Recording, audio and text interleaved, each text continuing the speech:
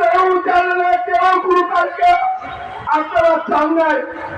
তাই আজকে এই শাহবাগে এই শহীদ মিনারের বাবা আব্দুল হক আমার সন্তানের কোনো দেশের লোকেও সে করতে শহীদ হন নাই, কোনো পক্ষে শহীদ হন নাই। আজকে দেখেন রাস্তায় ঢোকাই সেদিন রাজপথের কখন কাটাচ্ছিলেন আপনারা দেখতে পাবেন। কোন রাজনীতিবিদ, কোন রাজনীতি সংগঠনের ছেলে, ব্যবসায়ী, শিল্পপতি, কোন তাদের সন্তান, ভাই, বোন, আত্মীয় স্বজন সেদিন 5ই আগস্টে শহীদ হল। একমাত্র আমাদের নিরহ পরিবার রাস্তায় রাস্তায় আমরা চাকরি করতে এখনো 9 মাস চলে গেছে। আমি পেশাগত গাড়ির ড্রাইভার, আমি আজকে বরবন্দি।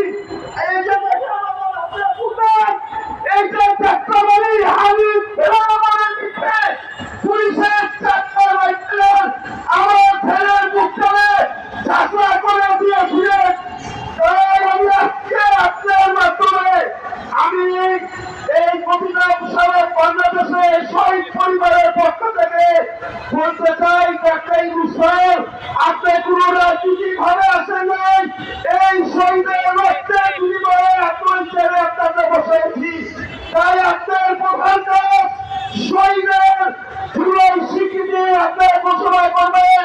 দ্বিতীয়ত আমাদের সন্তানদের যারা হত্যা করেছে আন্তর্জাতিক ট্রাইব্যুনালের লোক বানিয়ে আমাদের বিচার কাজটা দ্রুতভাবে এগিয়ে যাবেন।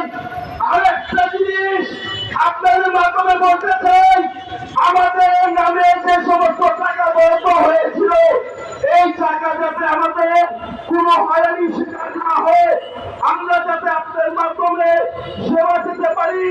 এই যে আপনার প্রথম কাজ, দ্বিতীয় কাজ সংস্কার, আমরা আপনার নির্বাচন কিভাবে দিবেন আমরা সেটা যেতে চাই না। নির্বাচন আমিও চাই, এই দেশের সন্তান হিসাবে নির্বাচন সংস্কার চাই, সংস্কার পরে নির্বাচন চাই।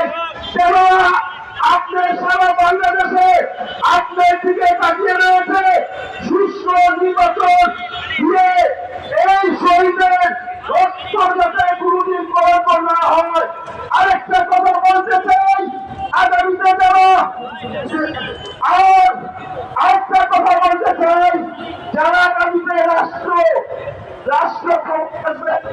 শপথ পাঠ করবে ওই সময় প্রত্যেকটা শহীদ পরিবার একজন করে যাতে সাক্ষী হিসাবে রাখতে চায় এবং পারে। স্যার আপনার কাছে একটা বিনতি করি, আমাদের বিচার জন্য সহযোগিতা আমরা পেতে চাই। এই সময় আমি তো বিচারটা দেখতে পাবো না, যাতে বিচারটা রায় শুনতে পারি। এখনো যাত্রাবাড়ি একটা পুলিশের ভাড়া করে নাই, কোথায় গেল? আসসালামু আলাইকুম ওয়া রাহমাতুল্লাহি ওয়া বারাকাতুহু।